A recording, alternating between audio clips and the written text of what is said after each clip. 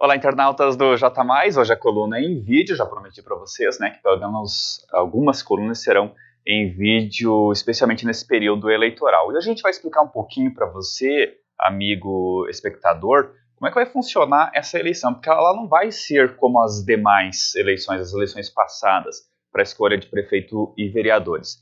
Prefeito, tudo bem, as coligações se mantêm, como vocês puderam observar aí na definição das convenções. Porém, para vereador, nós vamos ter algumas alterações bastante importantes que podem, inclusive, resultar no fim de algumas agremiações. Aliás, esse é o objetivo da Câmara dos Deputados, do Senado, ao votar a mini-reforma eleitoral que previu justamente o fim das coligações na proporcional, ou seja, para a escolha dos vereadores. Eu selecionei 8 perguntas básicas para a gente entender essas mudanças. Vamos lá, então. Primeira pergunta, como os votos são distribuídos nas eleições proporcionais, né? Vocês lembram, antes, as eleições proporcionais, elas aconteciam, quando eu falo eleição proporcional, estou falando de vereador.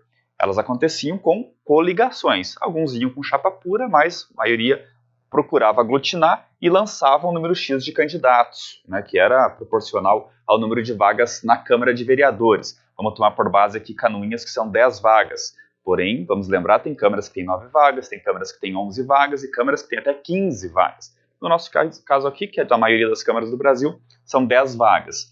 E os votos daquela legenda formada por aqueles determinados partidos da coligação, a somatória deles dava direito a uma cadeira na Câmara de Vereadores ou não. Tinha que preencher um determinado corte, um determinado número de votos.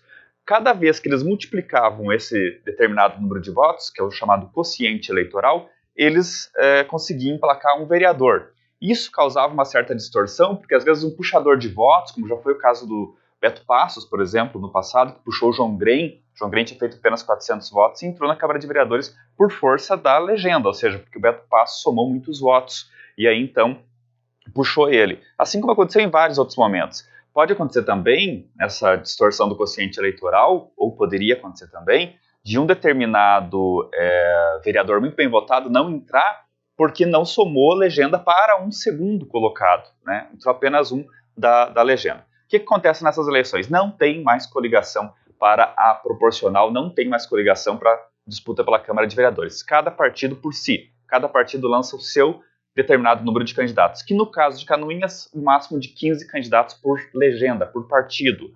Em Três Barras são 17, porque lá são 11 vagas, só para você ter uma ideia, tudo proporcional, né, ao número de cadeiras que tem na Câmara de Vereadores. E aqui, pelo menos, pela somatória que a gente fez aí, neste ano vamos ter pelo menos uns 8 partidos lançando de 10 a 15 candidatos cada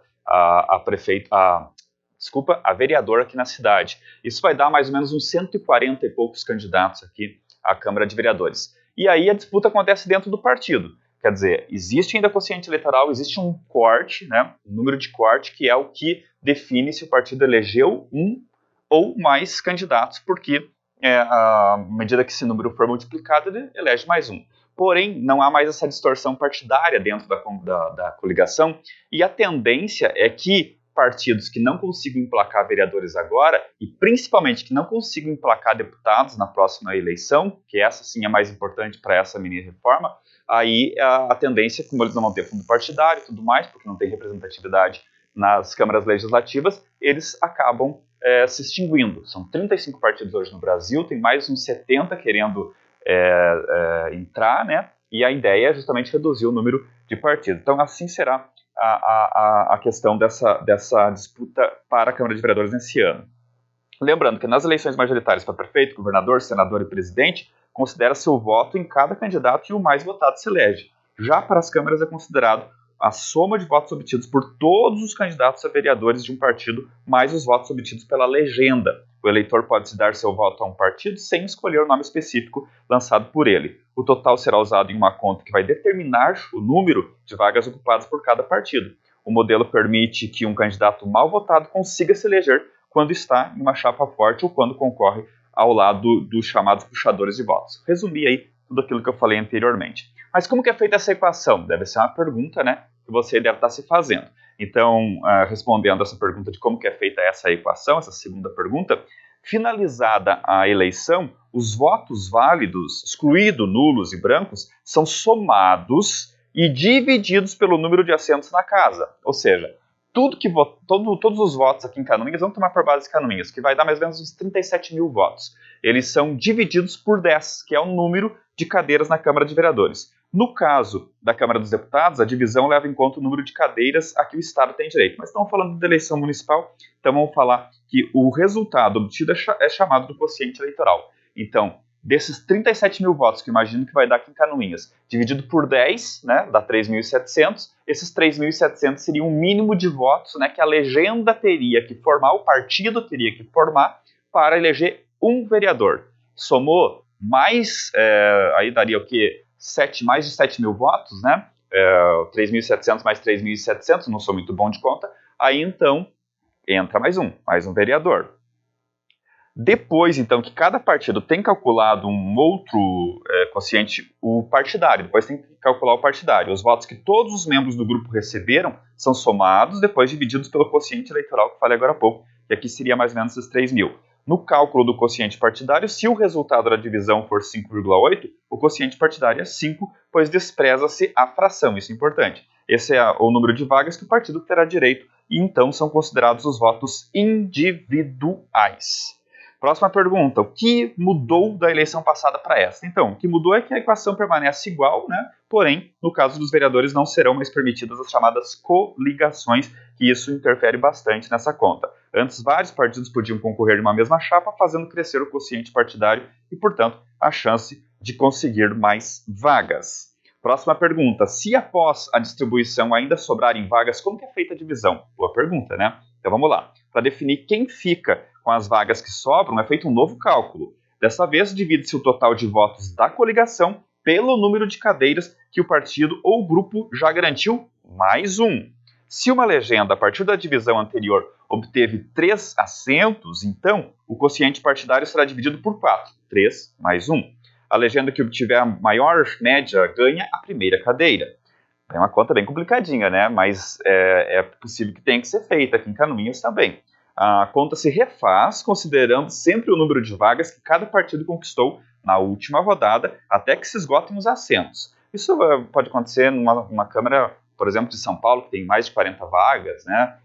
Canoinhas, que tem 10, é difícil que aconteça.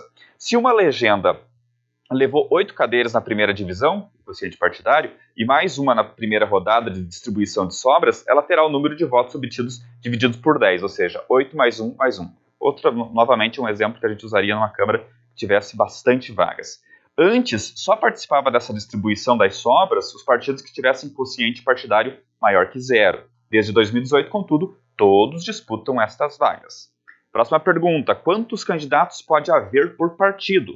Aí que eu disse para vocês, né? Aqui em Canoinhas são 10, em 3 vagas são 11. Por quê? Com o fim das coligações proporcionais, nas eleições deste ano, cada partido terá direito a lançar até 150% do número de vagas existentes na Câmara Municipal. Antes, com as coligações, esse índice era de 200% para cada uma. Para municípios de até 100 mil habitantes, 100 mil eleitores, perdão, é o nosso caso de todas as cidades aqui da nossa região, poderão ser registradas candidaturas no total de até 200% do número de vagas a ser preenchido. Então, no nosso caso aqui, esse número equivale a 10. A Câmara de Vereadores aqui de Canoinhas, né, tem, então, 10 vagas.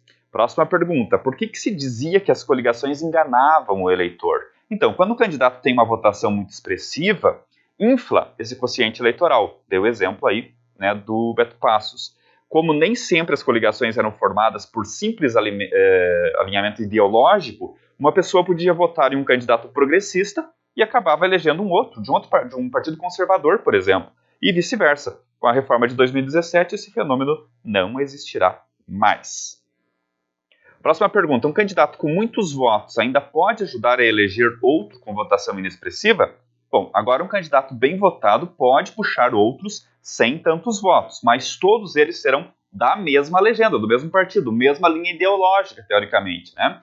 Uma regra em vigor desde 2018, contudo, define que só podem ser eleitos aqueles que tiverem votação igual ou superior a 10% do quociente eleitoral. Isso é importante, que é a divisão do total de votos da eleição pelo número de vagas. Então, tem que ter pelo menos 10% desse quociente. que eu falei ali, que aqui pode ser de 3.700, uma estimativa, né? A ideia é evitar que sejam eleitos candidatos sem nenhuma expressão nas urnas, né? Então é isso, essas foram algumas perguntas que eu selecionei para que a gente compreenda um pouquinho mais sobre o processo eleitoral deste ano de 2020 com as alterações aprovadas na mini-reforma eleitoral que alteraram principalmente as regras para as câmaras de vereadores. Na segunda-feira tem coluna em texto e eu volto com vocês em vídeo em breve, trazendo mais informações sobre as eleições 2020 e os bastidores da política.